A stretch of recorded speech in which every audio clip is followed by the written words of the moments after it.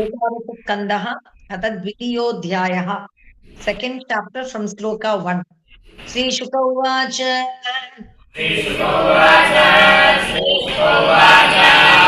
गोविन्दभुजपुत्रायां द्वारवत्यां कुरुद्वः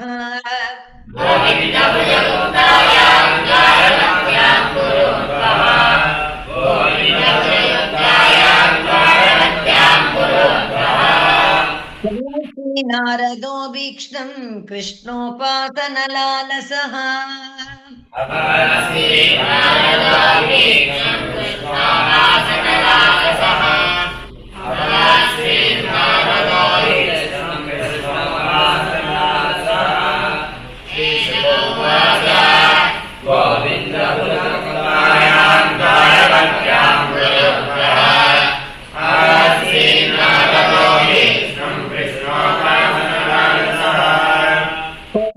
जनेन्द्रियवानुकुन्दचरणाम्बुजम्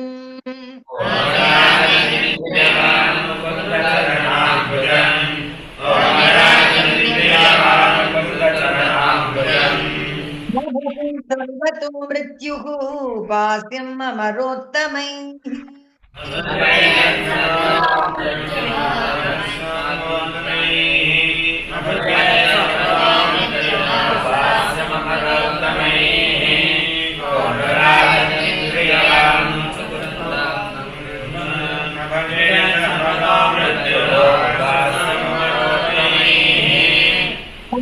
तदा तु देवर्षि वसुदेवो गृहागतम्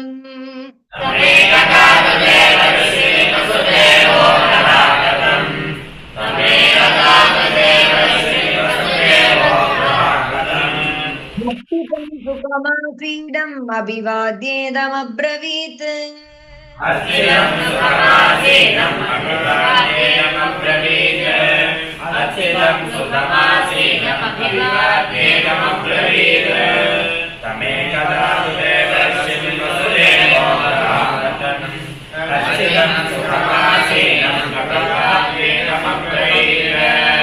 वसुदेव उवाच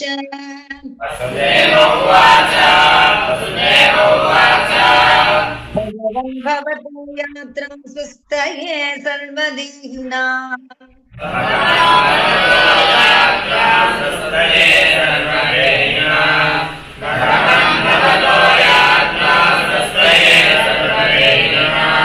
कृष्णानां यथा पित्रोः उत्तमश्लोकवर्त्मना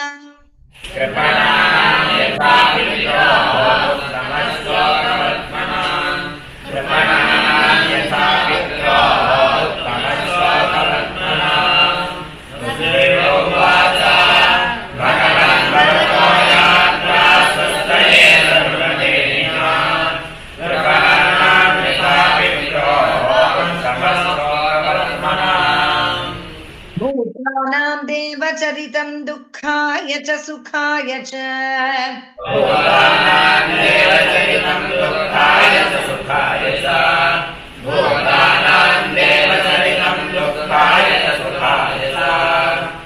सुखायैव हि साधूनां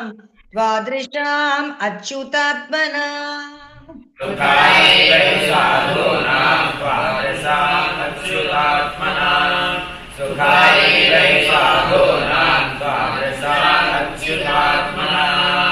भूतानां देवचरितं दुःखाय च सुखाय च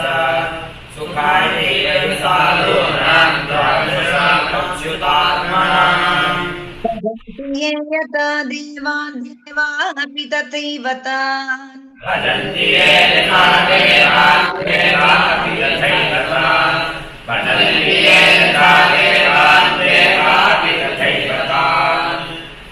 एव कर्म सचिवाः साधवो दीनवत्सलाः तायेव कर्म सचिवाः साधवो दीनवत्सलाः तायेव कर्म सचिवाः साधवो दीनवत्सलाः भजन्ति ये यथा देवान् देवानपि तथैव तान् तायेव कर्म सचिवाः साधवो दीनवत्सलाः तथापि पृच्छामो धर्मान् भागवतान् तव ब्रह्मन् सदा विवृत्सामो धर्मान् भागवतास्तवान् ब्रह्मन् सदा विवृत्सामो धर्मान् भागवतास्तवान् कृत्वा श्रद्धया मत्यो मुच्यते सर्वतो भयात् या श्रुत्वा श्रद्धया मत्यो मुच्यते सर्वतो भयात् या श्रुत्वा श्रद्धया मत्यो मुच्यते सर्वतो भयात् ब्रह्मन् तस्त्वा विवृत्सामो धर्मान् भागवतास्तवान् या श्रुत्वा श्रद्धया मत्यो मुच्यते सर्वतो भयात् अहं किल पुराणन्तं प्रजार्थो भुवि मुक्तिदम् अहं किल पुराणन्तं प्रजार्थो विमुक्तिदम् अहं किल पुराणन्तं प्रजार्थो विमुक्तिदम् न पूजयं न मोक्षाय मोहितो देवमायया अपूजयं न मोक्षाय मोहितो देवमायया अपूजयं न मोक्षाय मोहितो देवमायया अहं किल पुराणन्तं प्रजार्थो विमुक्तिदम् अपूजयं न मोक्षाय मोहितो देवमायया यथा विचित्रव्यसनाद् भवद्भिर्विश्वतो भयात् यथा विचित्रव्यसनाद् भवद्भिर्विश्वतो भयात् यथा विचित्रव्यसनाद् भवद्भिर्विश्वतो भयात् नश्यैवादा तथा नश्यादि सुव्रत उच्येन नित्यसैवाद्धा तथा नश्यादि सुव्रत उच्येन नित्यसैवाद्धा तथा नश्यादि सुव्रत यथा विचित्रव्यसनाद् भवद्भिर्विश्वतो भयात् उच्येन नित्यसैवाद्धा तथा नश्यादि सुव्रत उवाच श्रीशुकोवाच श्रीशुकोवाच भवन्नेवं कृतः प्रश्नो वसुदेवेन धीमता राजन्नेवं कृतं प्रश्नो वसुदेवेन धीमता राजन्नेवं कृतं प्रश्नो वसुदेवेन धीमता प्रीतस्तमाह देवर्ष हरे संस्मारितो गुणैः प्रीतस्तमाहदेवर्षि हरे संस्मारितो गुणैः प्रीतस्तमाहदेवर्षि हरे संस्मारितो गुणैः श्रीशुकोवाच राजन्नेवं कृतं प्रश्नो वसुदेवेन धीमता प्रीतस्तमाहदेवर्षि हरे संस्मारितो गुणैः नारद उवाच नारदो उवाच सम्यगेतद्व्यवसितं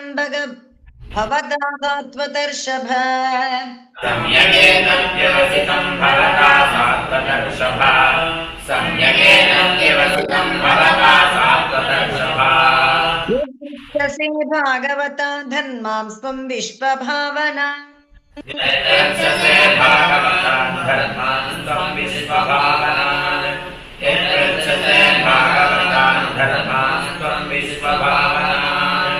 नारद उवाच सम्यगेतद्व्यवसितं भवता सात्वतर्षभ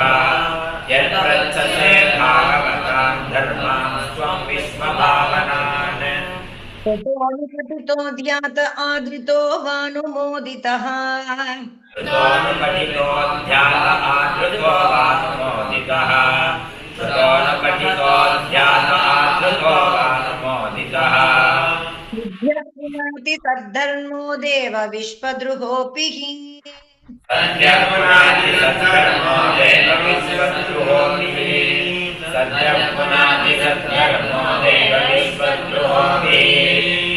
श्रुतोऽनुपठितो ध्यात आदृतो वानुमोदितः सद्यपुनाति सद्धर्मो देव विश्वद्रुहोऽपि वया परमकल्याणः पुण्यश्रवणकीर्तनः वया परमकल्याणः पुण्यश्रवणकीर्तनः वया परमकल्याणः पुण्यश्रवणकीर्तनः स्मारितो भगवानद्य देवो नारायणो भव स्मारितो भगवानद्य देवो नारायणो मम स्मारितो भगवानद्य देवो नारायणो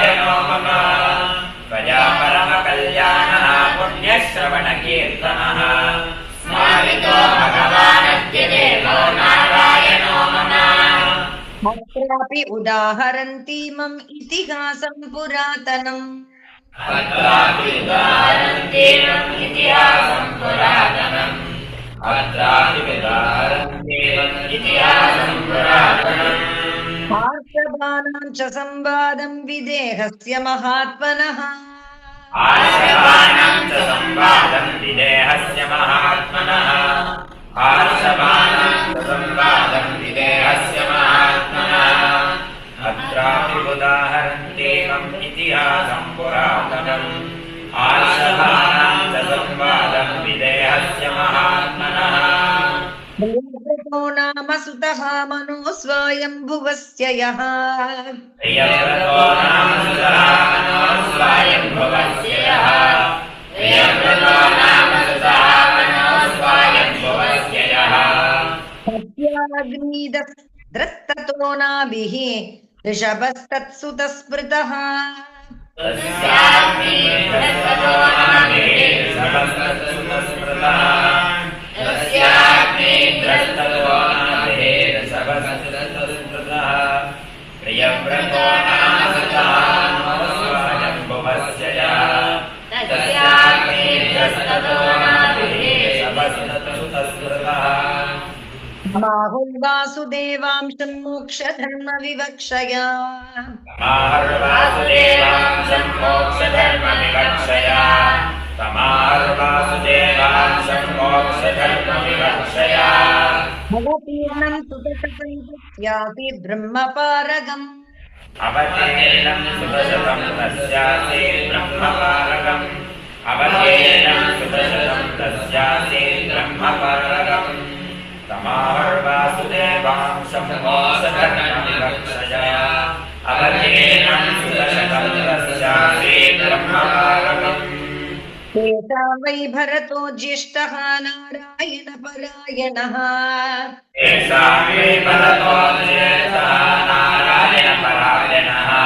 तेषां वै भरतो ज्येष्ठः नारायणपरायणः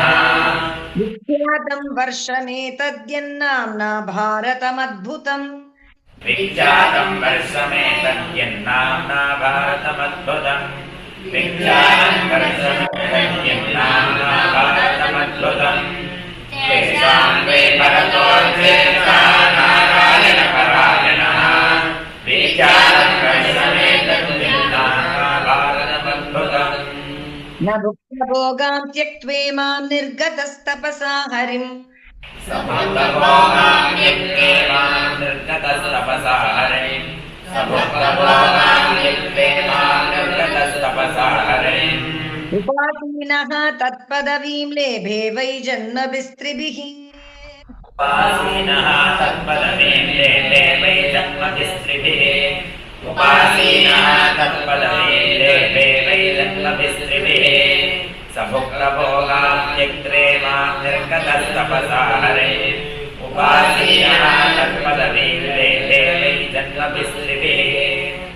तेषां नवनवद्वीपपतयोस्य समन्ततः तेषां नवनवद्वीपपतयोस्य समन्ततः तेषां नवनवद्वीपपतयोस्य समन्ततः धर्मतन्त्रप्रणेतार एकाशीतिर्द्विजातयः कर्मतन्त्रप्रणेतार एकाशीतिर्द्विजातयः कर्मतन्त्रप्रणेतार एकाशीतिर्द्विजातयः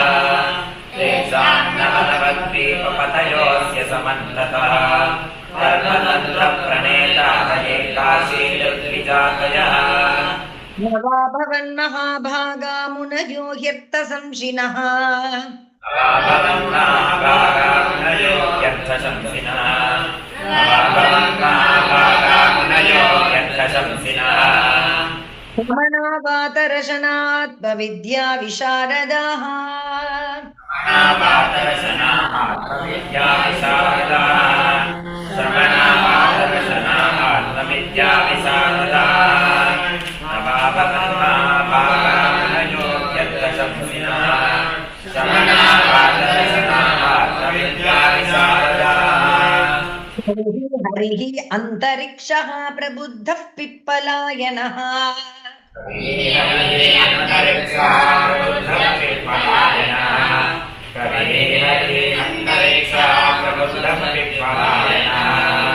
भावपुत्रः अतद्रुमिलः चमसः करभाजनः भावगोत्रोतदुमिलः चमसः करभाजनः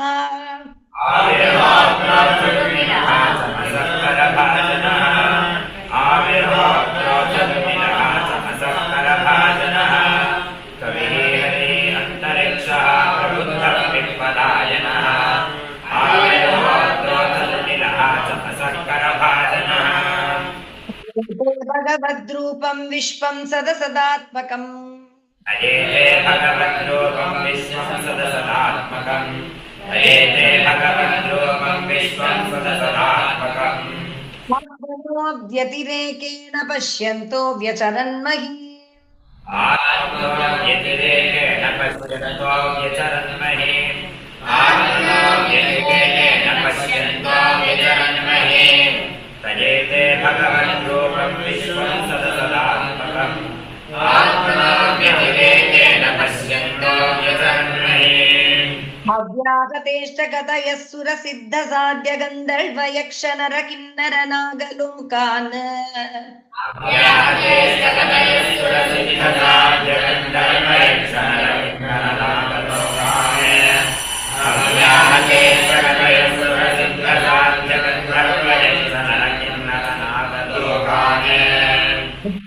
चरन्ति मुनिचारण भूतनाथ विद्याधर द्विजगवा भुवनानि कामम्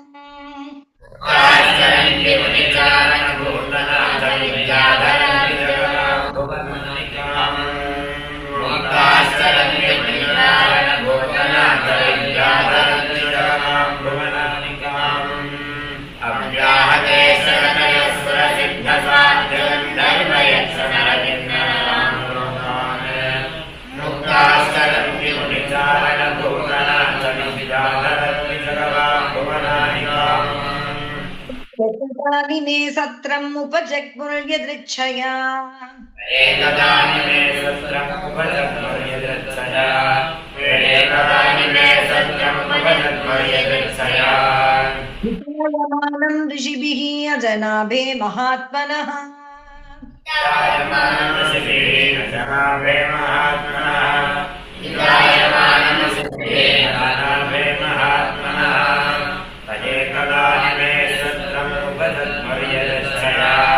विचायमानं ऋषिभिः अजनाभे महात्मनः दृष्ट्वा सूर्यसङ्काशान् महाभागवतान् नृपः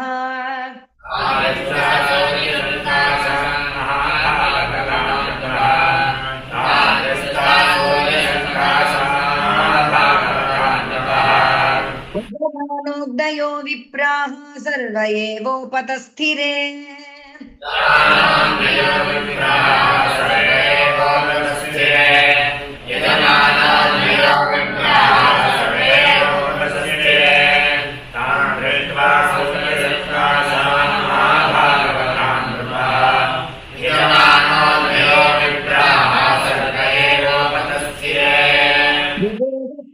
विप्रेत्य नारायण परायणान्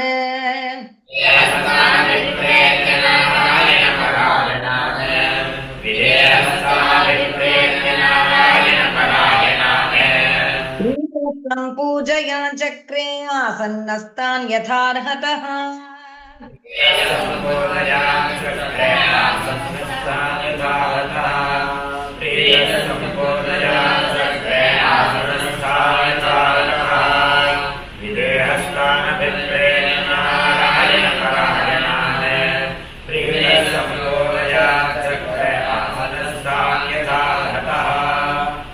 रोचमानान् स्वरुचा ब्रह्मपुत्रोपमान्नव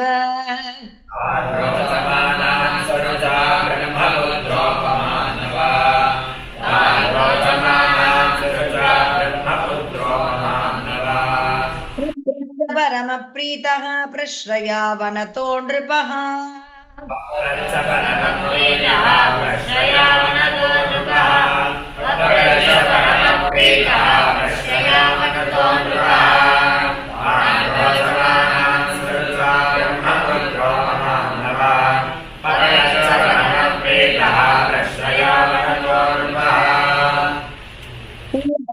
नमः श्रीहरे नमः